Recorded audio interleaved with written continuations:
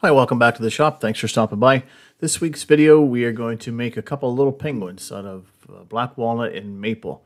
So I've never made these before. I was kind of guessing on the dimensions. So this first piece is the biggest one of the two I'm going to do. It's 5 1/4 long, it's 2 1/4 square, and the maple is 5/8 of an inch thick. And the second one, which will be smaller than this, is 3 1/4 long, and it is 1 7/8 square piece of stock, and the maple is 1/2 inch thick.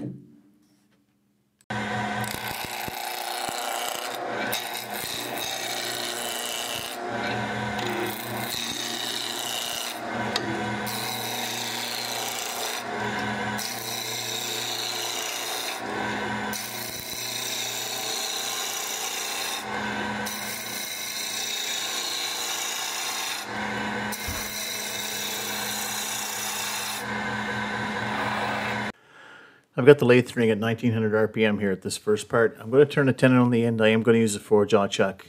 You can do these between centers. I just want to be able to turn the heads off them nice and round rather than have to sand it off after the fact. But you could do that if you chose to. This tool I have ground to match the dovetail in my 4-jaw chuck, so I'm just going to put a shape on my tenon here. While I have the centers here, I'm just going to round up the other piece before I take them out and switch over to the 4-jaw chuck.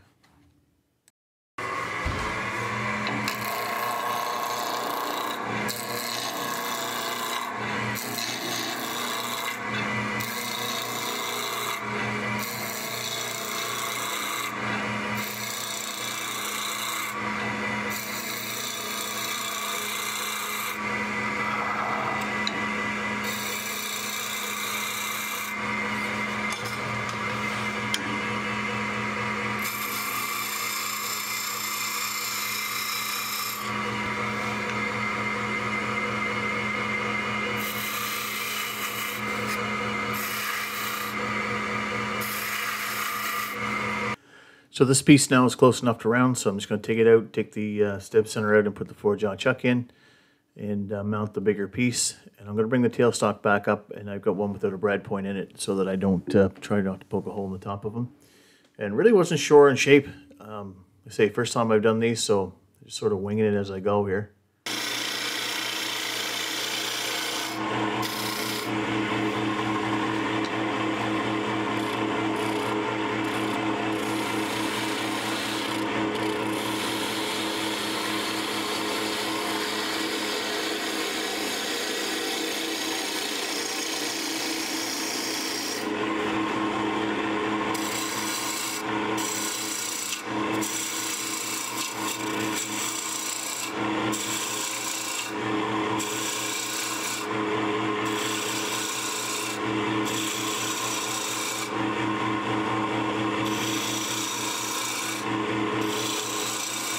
Got a little sloppy bringing my roughing gouge back and caught it on the shoulder there, but thankfully there's lots of wood left there yet. Got to get all the maple off of the head part because I don't want any of the white up in the face.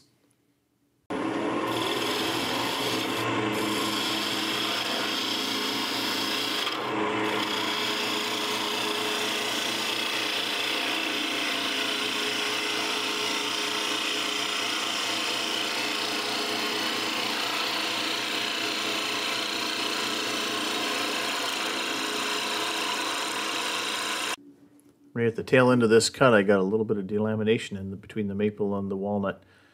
Fortunately, it didn't hurt anything because I got to cut it, as I said, right down to the walnut anyhow. So I'm just sort of feeling my way along here when it comes to shape. I've got a little small carbide cutter here that's got a nice tight radius to go from the shoulders to the head.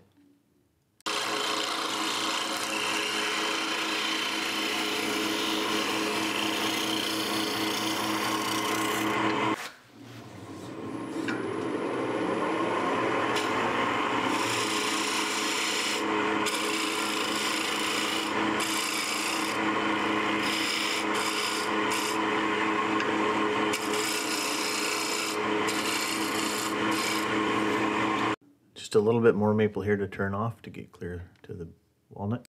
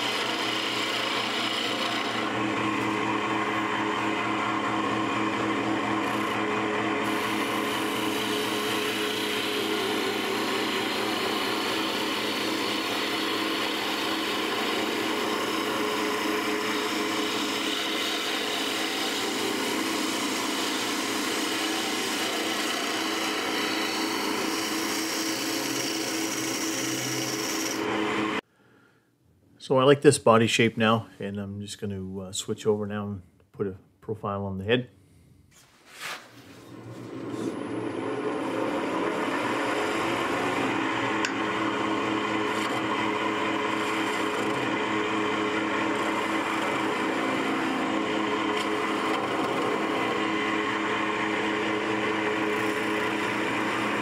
So I do this far too often with a skew. I always get it pointing the wrong direction even though I know better. And I get that skate back, and at least in this case I've got enough material that I can turn it away. And now I've got the face pretty well done. I can take the tailstock away and start shaping the top of the head.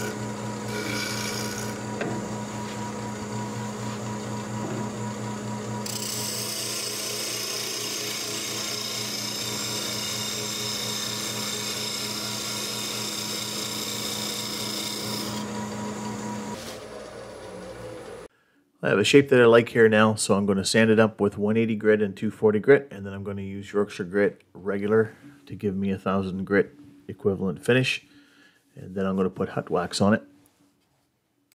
And you do need to let it set for a little while in between the Yorkshire grit and the wax finish so that the oils in the Yorkshire grit get a chance to set up. The sanding and the Yorkshire grit application get done at 350 RPM, except for at the very end of the Yorkshire grit you buff it in at 600.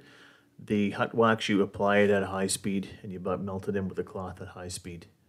And run it about 1900 RPM to do that. I'm going to part this off with a 1/16 inch parting tool, and I'm going to make it slightly concave. I'm going to do this with the lathe running at 1900 RPM for 75% of the cut, using my right hand, which I have more control with, the two hands of the chisel.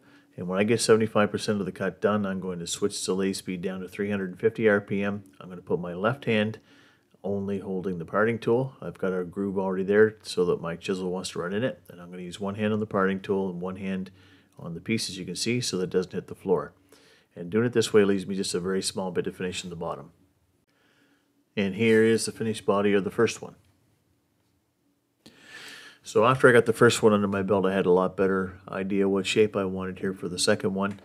I did speed it up just because it's basically the same process as the first. I apologize for the video quality in this. For some reason it got out of focus, but sped up it's much better than it was at regular speed. So this is a really good scrap wood project, and it really is simple to make, and they're a lot of fun actually. I didn't put it into the project the cells category because I'm using a 4-jaw chuck and I've never made one before this video, as I said earlier, so I really don't know, I don't have any experience selling them. Although I do know there's a pile of them online that you could buy off Etsy and a bunch of different places. So again, you can really go whatever shape you like with this. If it looks like a penguin to you, it's going to look like a penguin to somebody else. Very simple to make.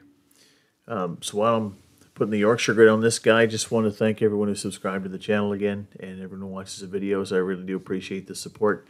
If you like this video and you haven't subscribed, please consider doing so. And please do leave a comment, thumbs up or thumbs down. Let me know what you thought. Those interactions do help the channel to grow as YouTube puts the video out in front of more people when that happens. And also I do respond to all the comments and very much enjoy reading them. So I looked online and I noticed that some penguins have black noses, some have yellow noses, some have orangish and black noses. So I actually got a piece of ebony, so I'm going to give my little penguins an ebony nose. I'm only going to show turning one of them. And the sound on this is a little high pitched, so I'm not going to give you the lathe noise on this one.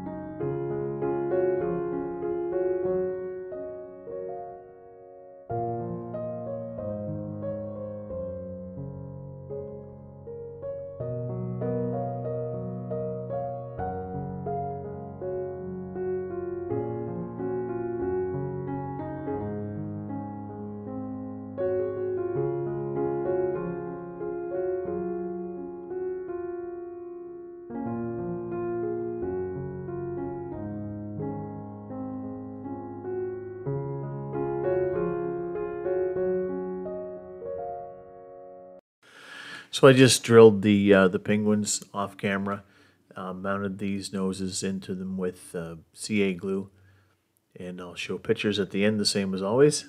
Thanks for watching. We'll see you next time.